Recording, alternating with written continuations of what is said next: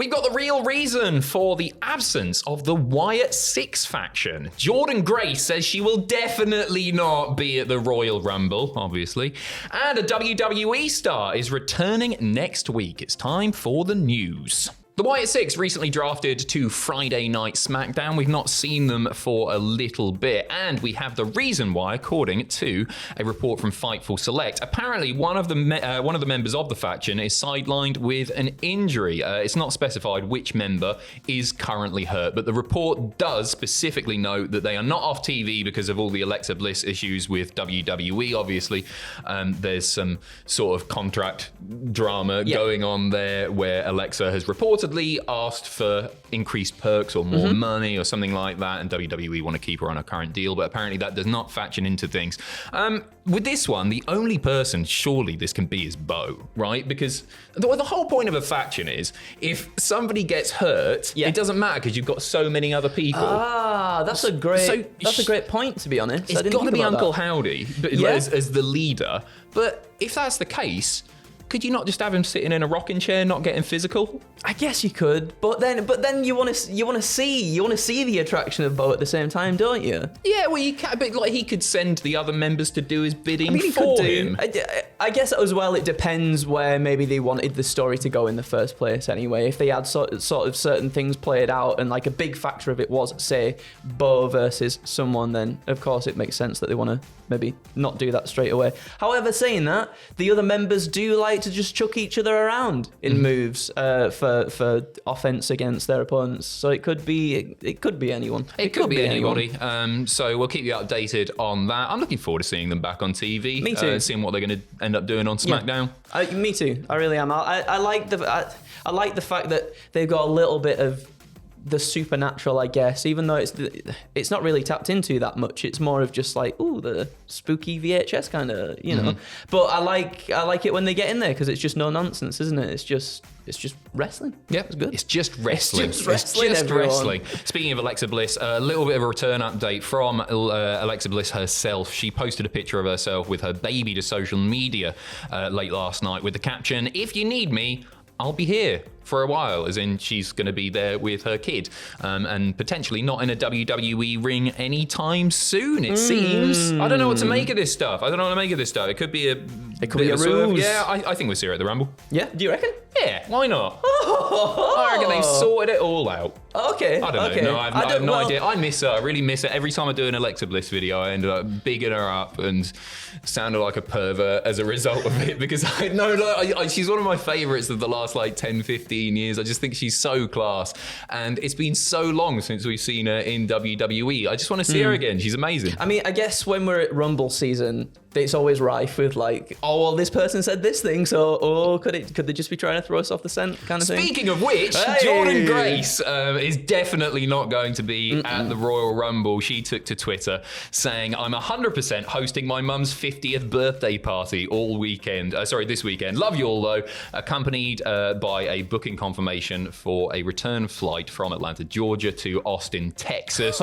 Very exciting screen grab. Listen, right, first of all, I know how to use Inspect Element. I can change flight bookings and make them look like that. I could do that. Piece of piss. Could have photoshopped it. Second of all, if it is her mum's birthday and she turns up at the Rumble, what a bastard! Well, she might bring her mum to the Rumble. Think about that. What if her mum doesn't like wrestling? She's my stupid mum would be livid. then. My mum would be livid. If my mum was turning 50, which she did about 10 years ago, if my mum had a big bloody milestone birthday and I went, "Mum, I've got 2 tickets for you to see Alberto Del Rio at WCPW," she would be There's so a pissed. difference between that and being like, "Hey, come and see Rhea Ripley," or "Come and see John Cena." Yeah, come on. You might be right. Come on. All reports suggest that she is going to be there, and I think she's laid it on too thick there. Some do though, don't they? Yeah. Some do, to the point where it's like, well, you're going to be there then, aren't you? You know who did it best? Edge. Do you remember before Edge came back? Everybody was saying could it happen? And he just shot it down in the most sort of basic way. Some of the replies to the tweets were just no, not happening. Yeah. And it actually cut people off. And so when he did come back, it was like, oh my God, he has properly worked us. A booking confirmation is too much for me. Imagine now on Saturday when she don't turn up after this. Oh, don't. I think after the incredible showing that she had last year, I think they would be daft not to obviously capitalise on that and capitalise on the fact that they've got her now as well. And like do something really big in that match with her. I've got an hour or so to decide. Yeah? I'm genuinely thinking about taking her for my Rumble pick. I don't know. Don't tell the people. Don't tell the people just yet. You'll have to watch the predictions video. A WWE star is returning next week. So after winning his way into the final of the Speed Championship tournament, Chad Gable cut a promo calling out the current champion, who we've not seen in quite some time, Dragon Lee. Dragon Lee not wrestling in WWE since his match with Pete Dunne all the way back in December. That was only last month. 16th of December, he had his last match on Main Event. He's not even been seen on Raw since the 25th of November. And he replied saying, "Time to come back. Congrats, WWE Gable. I'll see you next week. Time to Lucha Libre." Come on. So he's been away because they've him and his wife have just welcomed their second child into the world, which is wonderful news. He's had a nice bit of time off, and he's ready to get back on Twitter and defend that title. Defend the That's going to be a banger, though. It is going to be only good. get 3 minutes. I know you only get 3 minutes, but like Gable versus Dragon Lee, I'm all for that. Yes, please. Yes, I feel like some of these matches need to also blossom into like big things on the main roster as well, because some of them are too good to like too good just to have on Speed.